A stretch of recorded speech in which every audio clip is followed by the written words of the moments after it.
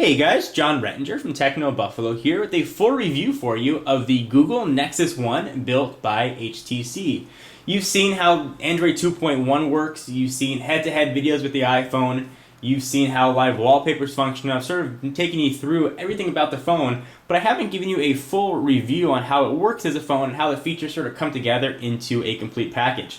So before we get into all that, let's talk about some of the specs. It is a quad-band phone, meaning it'll work on an edge network really anywhere in the world you are. And if you're in the US, it'll work on AT&T or T-Mobile's edge network. However, it's only going to function on T-Mobile's 3G, so no 3G for AT&T.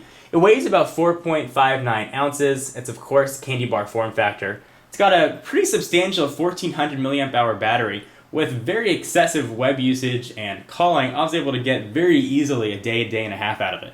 So if you charge your phone every night, you're never going to have battery issues with the Nexus One. I think the two big selling points of the device, first would probably be its display. It's OLED, it's 3.7 inches, and it just looks absolutely gorgeous with its 480 by 800 resolution screen. And the other really big feature of it is its processor. It is running a 1 gigahertz Snapdragon processor by Qualcomm, and you really see that processor.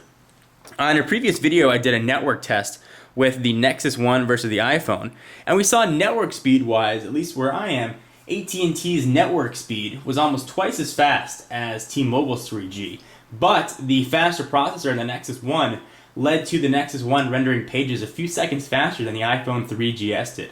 So that processor really can make up for a slower network and helps for page rendering and multitasking, which we'll talk about in a little bit. So first, this is a phone, and it's got to make good phone calls. I tested this on T-Mobile's network, and call quality, this is probably some of the best, crispest calls I have ever used on a cell phone. And if you guys watch my videos, you know I test a lot of cell phones. It was absolutely perfect call quality. It sounded like I was on a landline. People on the other end couldn't hear any sort of white noise. It was call quality, again, I can't rave enough about the call quality. And that wasn't just unique to T-Mobile. I thought maybe it sounded so good because of T-Mobile's network. So I popped in an AT&T card, and just on Edge, the call quality was just as good. So it really is just the phone and the radio, the combination of the software, works absolutely fantastically. So if you're worried about using this as a phone, don't. It is probably some of the best call quality. Speakerphone-wise, it was pretty average. It was loud enough to hear in a car, but not loud enough that you're going to DJ a party based just on the speaker. So let's talk about the operating system. This is running a sort of native build of Android 2.1. This is the first time that we've even seen Android 2.1. The previous newest version was on the Droid, and that was 2.0. And 2.1 brought with it some new features that I demonstrated in a 2.1 overview video. I'll put links to all those in the sidebar as well. It brought with it live wallpapers. It brought with it some 3D animations that you see here. Sort of scroll around, it brought a new gallery and a ton of other sort of cool features. But some of the things that I find most useful about 2.1 is the ability to jump from home screen to home screen. 2.1 also gives you the ability to have 5 home screens, and scrolling back and forth can be quite a bit of a pain. So if you hold down one of these little buttons, you get a deck of cards, sort of reminiscent of Palm WebOS. Click on one of them, and you jump right to that home screen. I'm admittedly not an Android user. I've tested many Android phones. The iPhone is my daily driver. But I have to say I've really enjoyed using Android 2.1. I first tested Android on the original T-Mobile G1, and it felt very raw, but you could see the operating system had a lot of potential. And I think with 2.1, we're starting to see that potential realized. And Android has become and matured into a fantastic operating system, and one that I would be happy and proud to use on a daily basis. It really offers a slew of fantastic features. It's got a growing app catalog. It's got multitasking. It's got, right here at the Nexus One, a gorgeous screen, and you can really choose from a variety of form factors. There's a ton of Android devices out there. However, the Nexus One is definitely the flagship, and I think everything comes together really nicely on the device. A few other things that make the phone really easy to use and navigate is the speech-to-text. Anywhere that there's a text field, and I demonstrated this again in a previous video, there's a little microphone, and you go ahead and tap that, and you can start talking, and it really goes ahead and translates any text that you're saying nice and easily, and it works very well. The on-screen keyboard also works very well. Autocorrects and features are just fantastic, and I found it to be just as easy to type on as any other on-screen keyboard. So if you're worried about the Nexus One, the lack of a physical keyboard, if that's maybe what was drawing you to a Droid, don't worry, this one is really easy to get used to. And the fact that the screen is so large, when you turn this thing in portrait mode and start typing, it's just absolutely fantastic. I mean, the keyboard is huge while you're typing, and there's that little microphone I was talking about. Not a problem at all when it comes to typing. So one of the problems that I've had with the device, and this is really one of the small problems I've had, and you guys may have seen this happen in videos, is the responsiveness of these capacitive buttons down below. Oftentimes when I try and tap them, they don't always work. See right there, it took a few times. You have to sometimes hit it either with your thumb right in the middle, or really make sure that you make a permanent press. Sometimes it just doesn't work. So right here, if I just sort of tap it, doesn't work, but if I go ahead and hit it hard, you'll see right there that it popped up. So it's not always, see right there, not always the most responsive. It's more of an annoyance. It's certainly nothing that would prevent me from buying the phone, but it's definitely something to keep in mind. And speaking of buying the phone, if you want to get this unlocked to use on the carrier of your choice, so you can use it on AT&T with just Edge, or pop in a T-Mobile card and you're off to go on their 3G network, it's going to run you a good $550.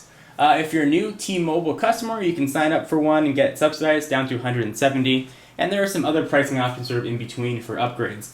But you're going to run the gamut really as high as $550 or as low as $170.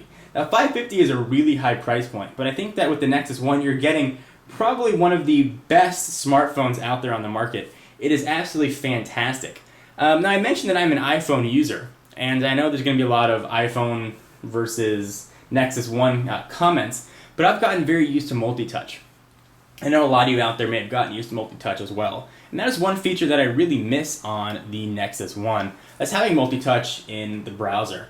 Now, if you've been an Android user really for the past few years, you've never had multi-touch, then you're not going to be missing anything. However, if you're thinking about moving from an iPhone, definitely going to be a feature that you're really going to wish was there, whether you're browsing the web or using Google Maps. It's definitely something that I personally miss. Would it prevent me from buying this phone? Absolutely not. The raw processing speed and the beautiful display are more than enough to make up for the lack of multi-touch. Just something to keep in mind. This is probably one of my favorite phones that I've tested. I've really enjoyed using it. I could definitely envision using this on a daily basis. Everything on the phone just works well. Android has really come together and come into its own as a very, very viable smartphone alternative to, say, the iPhone, to BlackBerry, to Windows Mobile. With its full exchange support, can also be a very powerful business device. So it can really run from being a teenage device to being a C-level executive. It's going to really sort anybody in there. Again, this is probably one of my favorite phones that I've tested. My three favorite phones that I've used got to be the iPhone 3GS, the Nexus One, and the Palm Pre are definitely my three favorite. And I'd be happy to use any of those, and that says quite a bit. On a 1 to 5 scale, I give the Nexus One a very, very, very, very strong 4.75, really taking off just a little bit for lack of multi-touch. If I had never been used to multi-touch, this definitely would have been a 5-star review. I couldn't be happier with the phone. The size-wise, it's a big screen, but it's a really thin package. If you look how thin it is, it makes the iPhone look downright fat. Just really thick phone. The camera, you saw I did a video on the camera quality as well. 5 megapixel sensor, takes great pictures. The video was really solid. The LED flash works quite well in sort of low light situations, but definitely not going to want to blow this up and put it on your wall. But for a cell phone, the camera and video quality is definitely among the best. And build quality, being an HTC device, is really strong. It just doesn't feel like it's going to break. It's got a really nice feel in the hand. And it feels good in your pocket as well. I've never used the trackball here. Phone could have very easily gone without it. I'm not necessarily sure why it was included, but if you like a trackball, you still have the option for another way to navigate. Really, my only complaints, again, would be the lack of multi-touch, which who knows why Google didn't include that. Some other Android devices have it, and these capacitive buttons. But at this point, that's really just nitpicking on an otherwise absolutely fantastic device. Again, I can't recommend the Nexus One enough if you're in the market for a new smartphone. Anyway, guys, hope you enjoyed. I'm John Rettinger, and I want to remind you again, for those of you that sat through this whole video and really waited another 9 minutes, the Shorty Awards are going on right now. I'd appreciate your support. Link will be in the sidebar if you want to cast your vote. For exclusive content, be sure to check me out at Twitter, twitter.com/John4Lakers. And for all of your tech news and to create your own tech blog and monetize it, make some money and meet some cool people, be sure to check out TechnoBuffalo.com. John Rettinger, and I'll see you in the next video. Bye-bye.